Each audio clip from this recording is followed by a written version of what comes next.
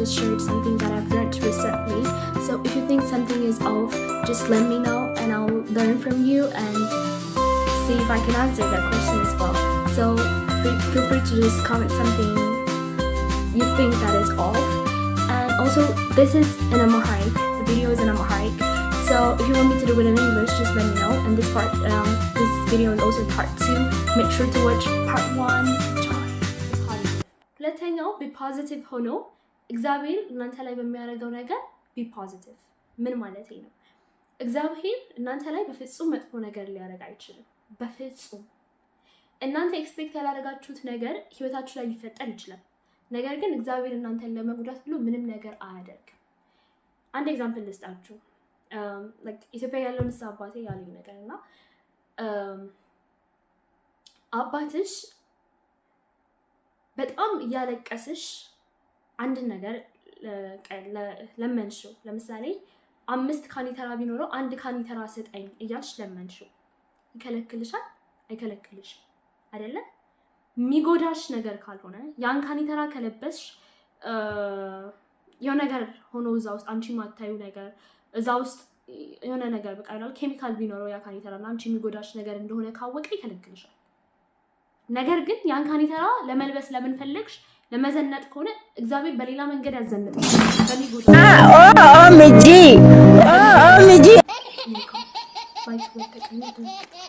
ነው እግዚአብሔር አንቺ A few moments later እግዚአብሔር አንቺ ብዬ ነበር ያቆምኩትና እና እግዚአብሔር እና እኛ የጠየቅነውን ነገር የሚጠቅመን ከሆነ በምንም አድርጎ ይሰጠናል። ወይም እኛ ላናቀው እንችላለን። ማለት በዚህ መንገድ ሊሰጠኝ ነው ብለን ላናስብ እንችላለን። ማለትም ይሄ እኮ መጥፎ ነው ምናምን ልንል እንችላለን። በሱ መንገድ ማለት ነው። ይሄ ለኔ አይጠቅመኝም። ይሄ ግን በቃ ለኛ የምንፈልገውን ነገር በራሱ መንገድ አድርጎ ይሰጠናል።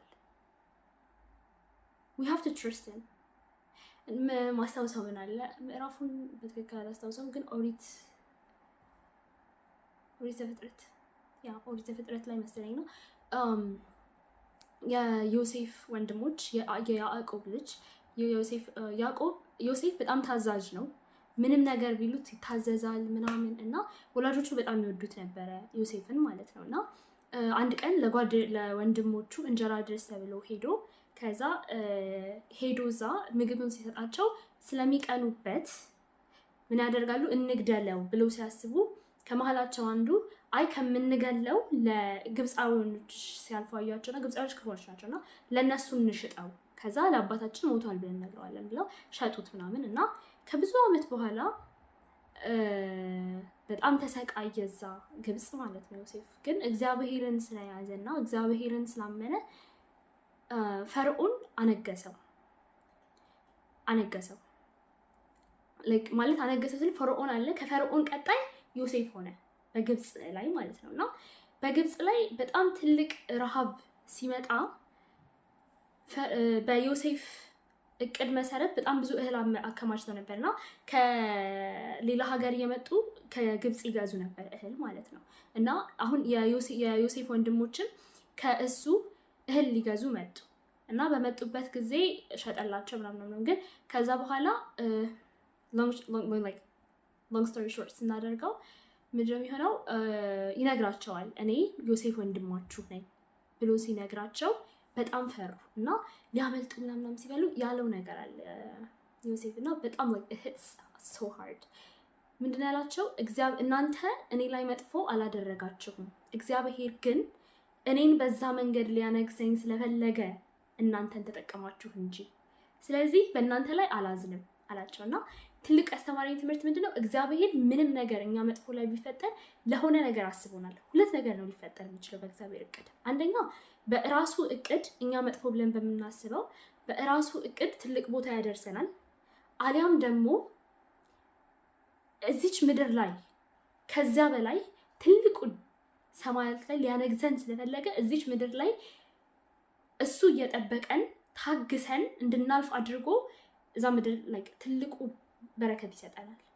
ወይ እንሞታለን which is ለትልቁ በረከት ማለት ነው ለመኖር ህይወትን ለማግኘት እንሞታለን፣ አለበለዚያ ደግሞ እኛ የፈለግነውን ነገር እናገኛለን፣ ግን እግዚአብሔር በፈቀደው መንገድ ማለት ከእግዚአብሔር እጅ ሳንወጣ እኛ ያላየነው ነገር እኛ ያላየነው መጥፎ ነገር ሳይጎዳ። ስለዚህ ምንም መጥፎ ነገር ቢፈጠር ህይወታችሁ ላይ ወይም ደግሞ ሰው መጥፎ ቢያደርግባችሁ በዛ ሰው ማዘን የለባችሁ። ምክንያቱም እግዚአብሔር ለእናንተ የሆነ ነገር ሊፈጥርላችሁ ፈልጓል እና ያን ሰው ተጠቀመው። ያ ሰው በቃ ጀስት ንገሩት፣ አይ እንደዚህ አታርግብኝ ምናምን እና እግዚአብሔር ይቅር እንዲለው ምከሩት ምናምን እንጂ አትጥሉት። ለምንድን ነው የምትጠሉት?